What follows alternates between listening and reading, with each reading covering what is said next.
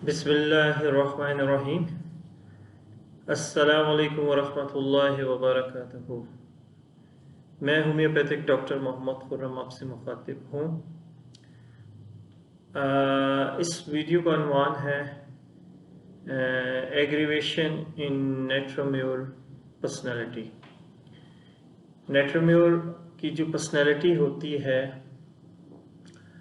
उसको उसकी तकलीफ़ात जो होती हैं ना, वो किन चीज़ों से बढ़ जाती हैं और किन चीज़ों से कम हो जाती हैं। थोड़ा सा मैं आपको इसके लिए मैंने कहा कि चलें एक वीडियो बना दूँ। मैं आपको ना की नोट्स समझा रहा हूँ, उसमें ज़्यादा डिटेल्स में नहीं जा रहा। अगर आप इन की नोट्स को समझ लेंगे तो इंशाल्लाह ताला ये पर्सनैलिटी आपको ज़िंदगी में कभी नहीं भूलेगी। देखिए जी, नेट्रोम्योर पर्सनैलिटी जब आपके पास आएंगी तो आप उससे जब फिज़िकल जर्नल सिम्टम्स लेंगे तो आप उससे जब की नोट सवाल करेंगे कि आप जब सोते हैं तो आपको बिस्तर किस तरह का पसंद होता है, तो वो कहेगा कि मैं जब भी नरम बिस्तर पे सोता हूँ या सोती हूँ तो मेरी कमर में दर्द होती है, और मैं जब ज़मीन पे लेटती हूँ या लेटता हूँ या सख्त बिस्तर पे सोता हूँ या सख्त जगह पे सोता हूँ तो मेरी कमर को आराम मिलता है, मेरी कमर में दर्द नहीं होती जब मैं सुबह उठती। ये एक की नोट है।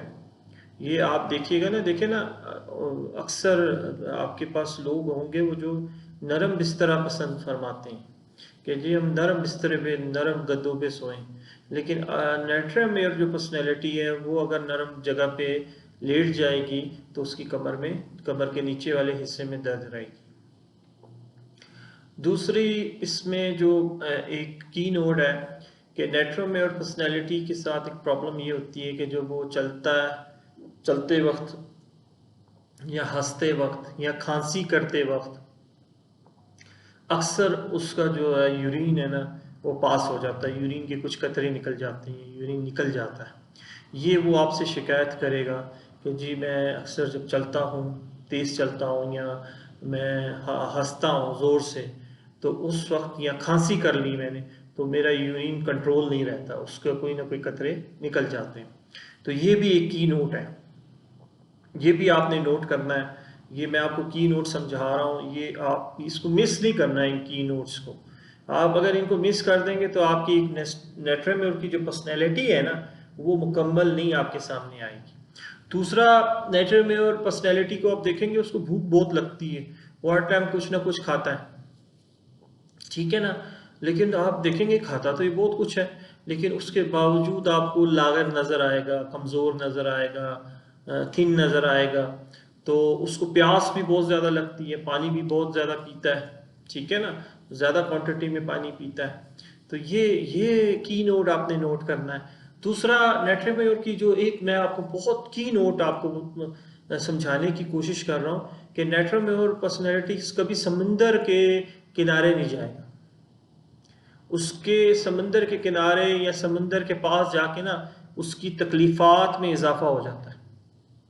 ये बहुत बड़ी पर्सनैलिटी बात कर रहा हूँ मैं आपको। ये आप नेट्रोम्योर से पूछेंगे कि कभी आप समंदर गए तो आपको समंदर कैसा लगता है, तो वो कहेगा मुझे खौफ आता है, मेरी तकलीफ़ें बढ़ जाती हैं, मुझे नहीं, मेरा गम ज़्यादा हो जाता है, मेरी तकलीफ़ जो मेरे अंदर है वो ज़्यादा हो जाती है, क्योंकि उसके गम बाहर आना शुरू हो जाता है, उसको पुराना पास्ट याद आने लग जाता है। पास्ट की समंदर लिक्विड्स है ना, वो फिर उसके अंदर जो है ना वो गम को बढ़ाने के लिए समझे ट्रिगर होता है।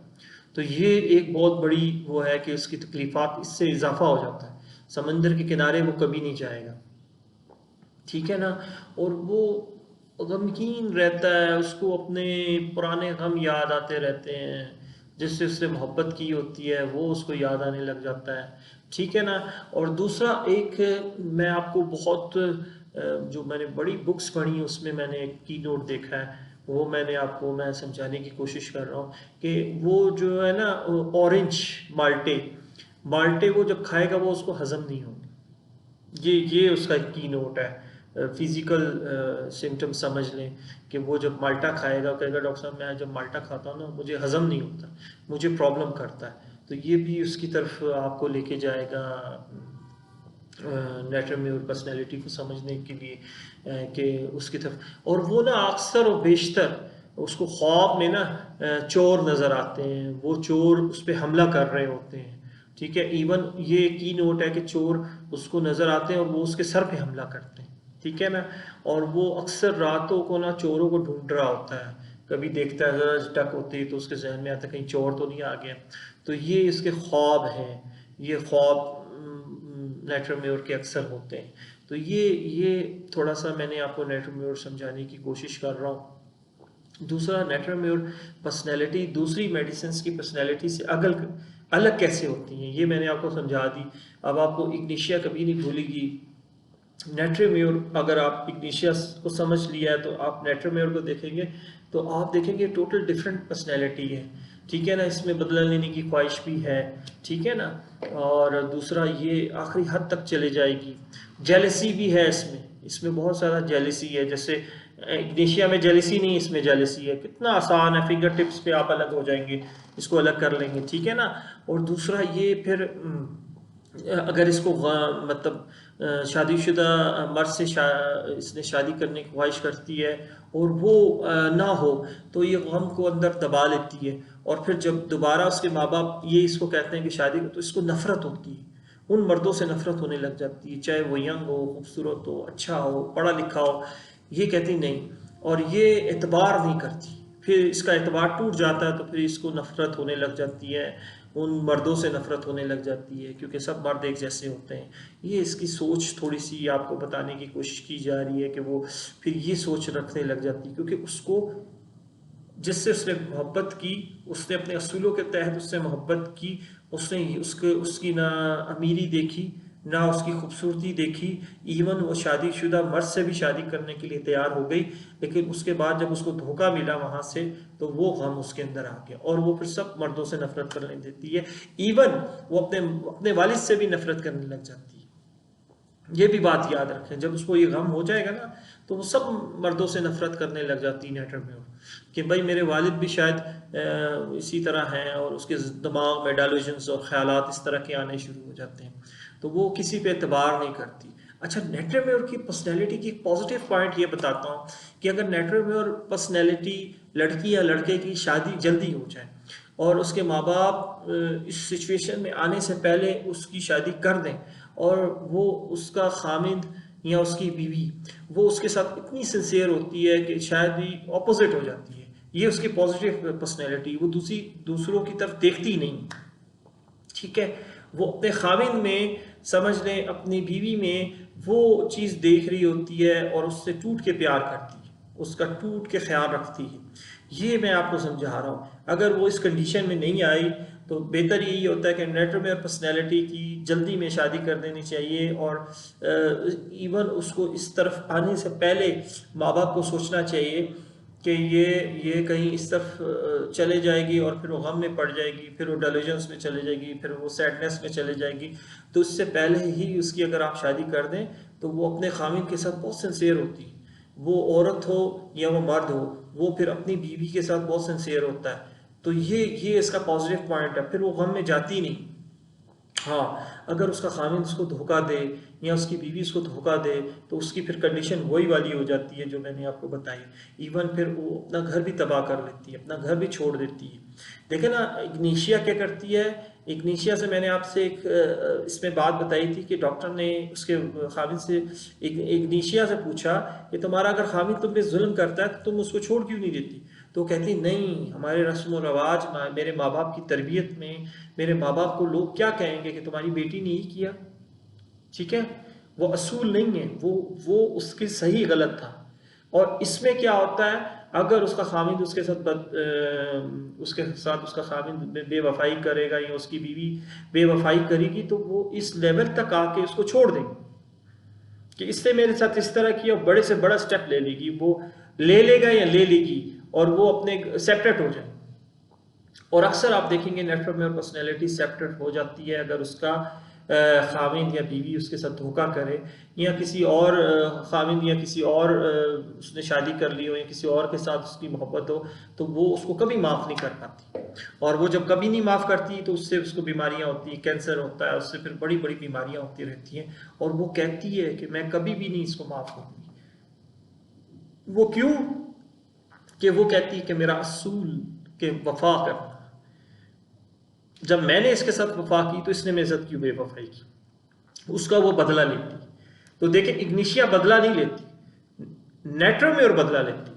हमारे डॉक्टर्स क्या करते हैं, वो एक्यूट में वो दे देते हैं, इग्निशिया दे देते हैं, फिर क्रॉनिक में नेट्रोम्योर दे देते हैं। ये नहीं है सही।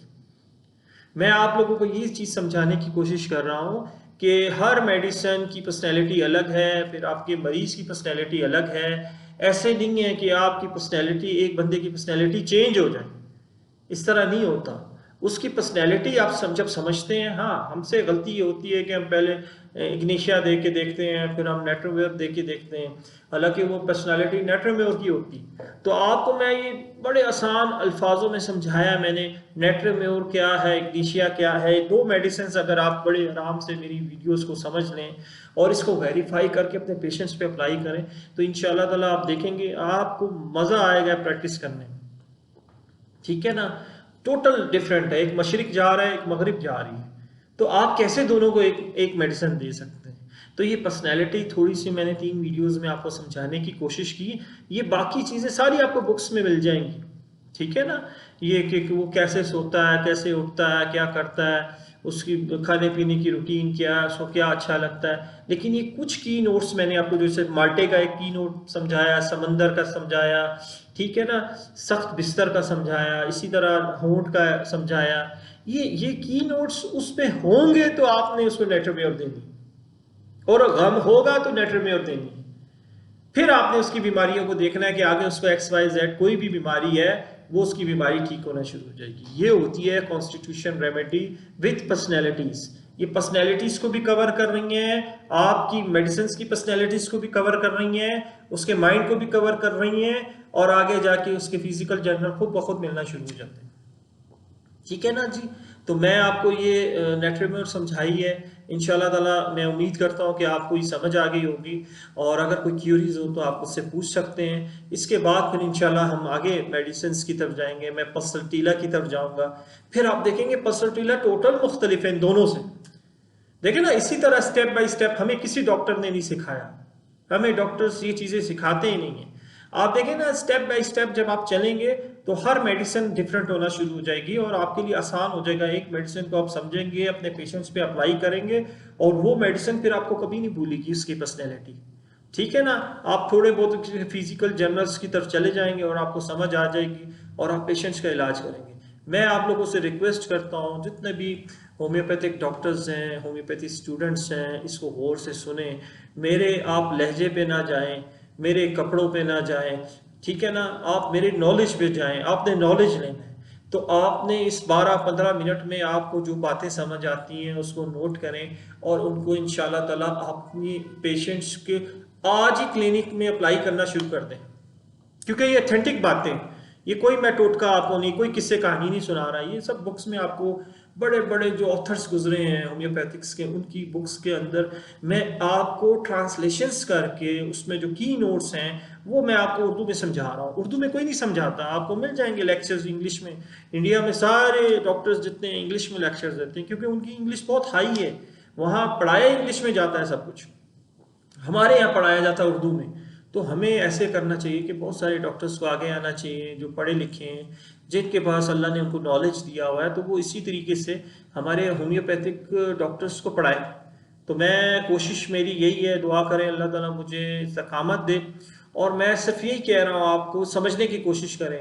हो सकता है मैं आपको 3 वीडियोस में 4 बातें ऐसी की हों, और पहले जो 3 वीडियोस बनाई हैं उसमें 5 बातें ऐसी की हों।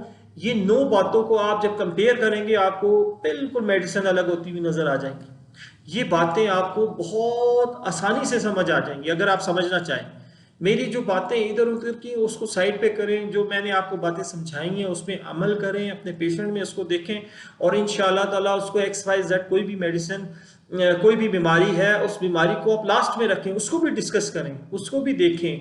आप देखेंगे इसमें नेट्रोम्योर में आप जब आगे डिटेल्स में जाएंगे तो आपको पता चलेगा कि कौन कौन सी बीमारियों पे और कौन कौन से ऑर्गन्स पे काम करती है। वो आगे डिटेल में आप चेक कर सकते हैं, वो आपका काम है, ठीक है ना, क्योंकि मुख्तलिफ डिजीजेस के पेशेंट आपके पास आएंगे। लेकिन पहले स्टेप्स ये हैं, पर्सनैलिटी है, होम्योपैथिक की पर्सनैलिटी क्या है, मेडिसिन की पर्सनैलिटी क्या है, पेशेंट की पर्सनैलिटी क्या है, उसका माइंड क्या है, फिजिकल क्या है, जनरल क्या है, ये पूरी केस टेकिंग है। ये पूरी केस टेकिंग मैं आपको समझा रहा हूं। तो लिहाजा ये मैंने आज कोशिश की कि मैं नेट्रोम्योर कंप्लीट कर दूं। तो कंप्लीट तो नहीं हुई, लेकिन मैंने आपको वो बातें बता दी। अगर आप इसको लेके चलेंगे तो इंशाल्लाह आप अपने आप को अपडेट करते जाएंगे, नेट्रोम्योर कभी नहीं भूलेगी आप, ठीक है ना जी। तो ये इग्निशिया हो गई, नेट्रोम्योर हो गई। अब इंशाल्लाह आगे मैं बनाऊंगा जो मेडिसिन, उसके लिए मैं मेहनत दुआ करूं और आपको ऑथेंटिक नॉलेज देने की कोशिश करूं। पल्सटीला समझाऊंगा, जब पल्सटीला समझ आ जाएगी, आप देखें पल्सटीला हर बंदा, हर डॉक्टर जो ना हर औरत को दे रहा है, जिसको पीरियड्स का प्रॉब्लम है सबको दे रहा है। ऐसे नहीं, उसकी पर्सनैलिटी पे जब आप देखेंगे, आप देखेंगे क्या काम होगा, ठीक है ना जी। चलिए उस वक्त तक में मुझे इजाज़त दें, अगर कोई गलती हो गई है तो माफ़ कीजिएगा, दुआओं में याद रखें। अल्लाह हाफिज़।